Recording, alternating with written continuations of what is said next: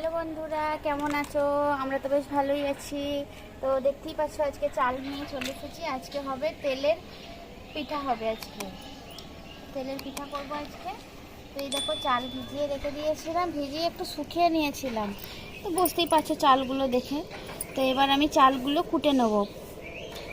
তো এর মধ্যে দেখছি ধান ধান ধান আছে, তো একটা একটা ওইগুলো আমি ফেলে দেওয়ার চেষ্টা করছি।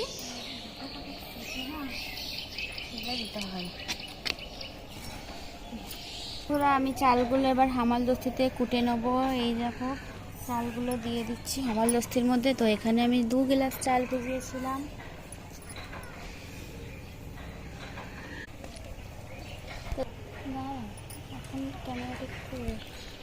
তো আমি এবার কুটা স্টার্ট করে দিচ্ছি, দেখতেই থাকো তোমরা। তো আমি কুটে নিচ্ছি চালগুলো, তারপরে দেখাচ্ছি।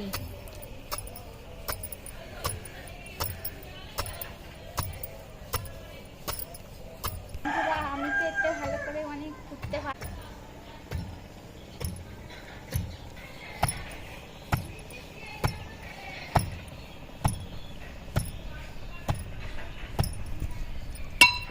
আলা হয়ে গেলে নাকি? হ্যাঁ, আলা হয়ে যাবো না, আমার হাতে লাগছে, করতে পারছি না। আমি আটাটা চেলে নেবো বন্ধুরা।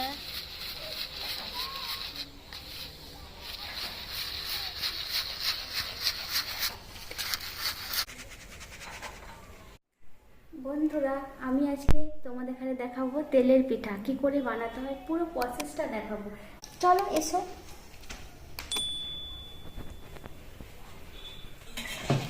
তোমরা এবার দেখতে থাকো আমি কিভাবে বানাচ্ছি, দেখতে থাকো। আশা করি তোমাদের ভালো লাগবে। কিন্তু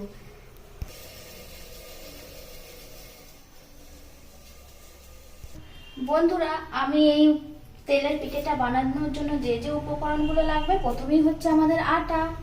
বুঝতেই পারছো এটা চালের গুঁড়োনো আটা। একটু সুজি ভিজিয়ে রেখেছিলাম, দেখতেই পাচ্ছ নরম হবে। তো এখানে স্পেশালি আমি নলেন গুড়ের বানাবো, মানে খেজুরের গুড়ের বানাবো। এই যে দেখতেই পাচ্ছ আমার পুরো ফেভারিট। আর একটুখানি মৌরি লাগবে, আর একটু ময়দা লাগবে। ব্যাস, আমি প্রথমেই এখানে গুড়টা দিয়ে দিচ্ছি।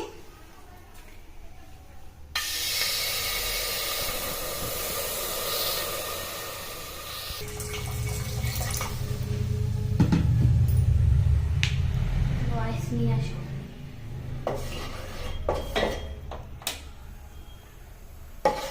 তো বন্ধুরা, আমি এখানে দেখতেই পেলে গুড়টা দিয়ে দিচ্ছি। গুড়টা দেওয়ার পরে আমি এখানে ওই যে মৌরিগুলো দিয়েছি।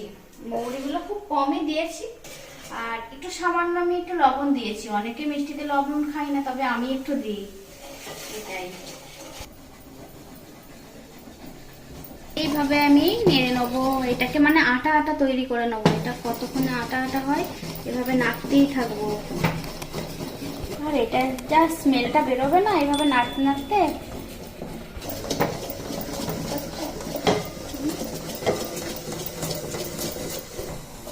বন্ধুরা, নাড়তে নাড়তে দেখতে পাচ্ছ কালারটা চেঞ্জ হয়ে গেছে, মানে এটা একটু ঘনত্ব হয়ে আসছে। এখনো হবে ঘনত্ব। তো যতটা আমি ঘনত্ব করতে পারবো, একটু ভালো বেশি ঘনত্ব। তো কালার চেঞ্জ হয়ে আসছে আস্তে আস্তে।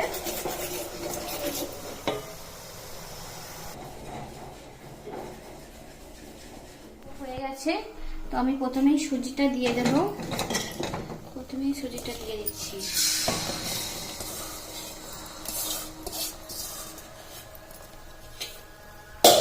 একটু নেড়ে নিই।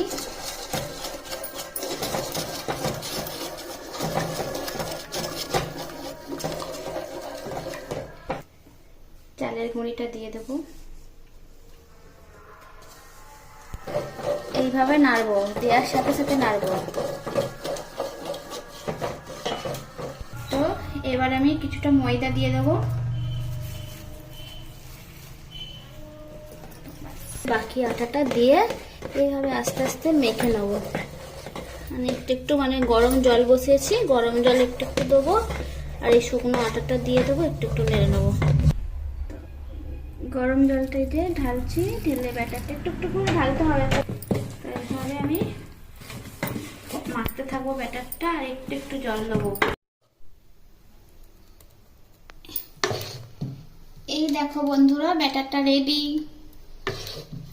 এটা বেশি পাতলাও করা যাবে না, বেশি ঘনও করা যাবে না, ঠিক এরকম দ্বারা। তো বন্ধুরা, এবার আমি তেলে ছেড়ে দিচ্ছি, দেখতেই পাচ্ছ।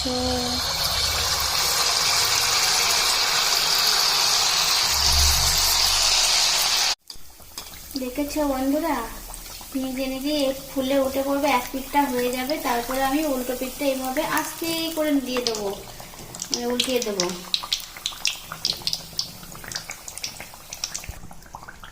লাল লাল করে আমি সবগুলো ভেজে নেবো, তো তোমরা দেখতে থাকো।